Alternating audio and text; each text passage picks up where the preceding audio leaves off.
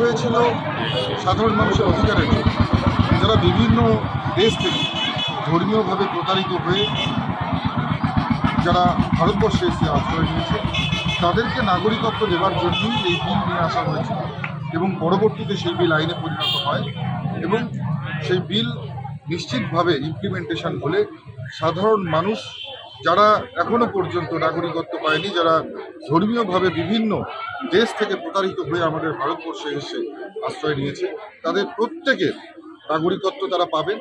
এবং অন ক্যামেরায় এটাও বলতে চাই, এই সিএ ইমপ্লিমেন্টেশনের মাধ্যমে কোনো ভারতবর্ষের কোনো নাগরিকত্ব যাবে না, ভারতবর্ষে যারা আছে কারোর নাগরিকত্ব যাবে না। এটা মানুষকে নাগরিকত্ব পাইয়ে দেওয়ার আইন, কারণ নাগরিকত্ব ছিনে নেওয়ার আইন নয়। তো সবাইকে বলবো নিশ্চিন্ত থাকুন, যাদের কাছে প্রপার ডকুমেন্টস আছে, যারা ভারতবর্ষের দীর্ঘদিন ধরে আছেন, নিশ্চিন্ত থাকুন।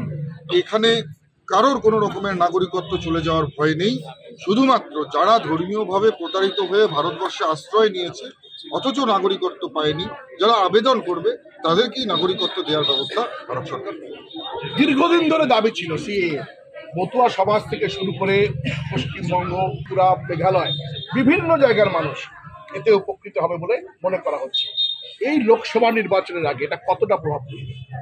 দেখুন, আপনাকে নির্দিষ্ট করে বলতে চাই যে নির্বাচনের বিষয় নয়, বিষয়টা মানুষের অধিকার পাইয়ে দেবার। নির্বাচন তো প্রত্যেক বছর আসতেই থাকে। ধরুন, কোনো বছর লোকসভা নির্বাচন, তো কোনো সময় কোনো বছরে বিধানসভা নির্বাচন হবে, কোনো বছর ত্রিস্তর পঞ্চায়েত নির্বাচন হবে, তো কোনো বছর পৌরসভা নির্বাচন হবে। নির্বাচন তো প্রত্যেক বছর লেগেই থাকে, কিন্তু জনকল্যাণমূলক যোজনা বা ধরুন এই ধরনের যেগুলো আইন ভারত সরকার বা বিশ্বের সবচাইতে বড় যে পঞ্চায়েত যেখানে এই আইনগুলো প্রতিষ্ঠিত হয়, সেই আইনগুলো ইমপ্লিমেন্ট তো হবে কোনো না কোনো বছর, এবং সেই বছর নিশ্চিতভাবে কোনো নির্বাচন থাকবে। আমি মনে করি নির্বাচনের সঙ্গে এই আইন প্রণয়নের কোনো রকমের এখানে কোনো যোগাযোগ নেই, দূর দূর পর্যন্ত কোনো সম্পর্ক নেই।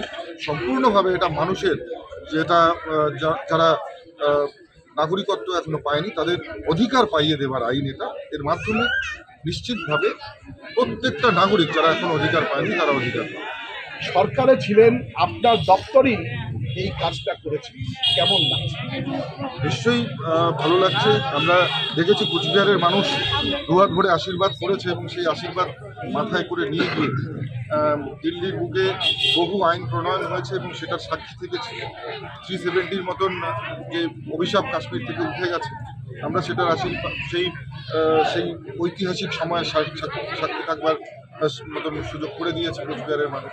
এবং পাশাপাশি যে এই সিটিজেনশিপ অ্যামেন্ডমেন্ট অ্যাক্ট, এই অ্যাক্টের পক্ষে ভোট প্রদানেরও সুযোগ মিলেছে। সাধারণ মানুষের হয়ে সেই ভোটটা দিয়েছি। আমার একটা ভোট আমার শুধু নয়, এটা সমগ্র কুচবিহারবাসী। তো স্বাভাবিকভাবেই এই ধরনের বিলগুলো যখন, আইনগুলো যখন প্রণয়ন হয়, নিশ্চিতভাবে ভালো লাগে। মনে হয় যে জনতা যে ভোটটা দিয়েছিল, যে নির্বাচনে তারা যে জয়ী করেছিল, সেটা কাজে লাগাতে পেরেছে।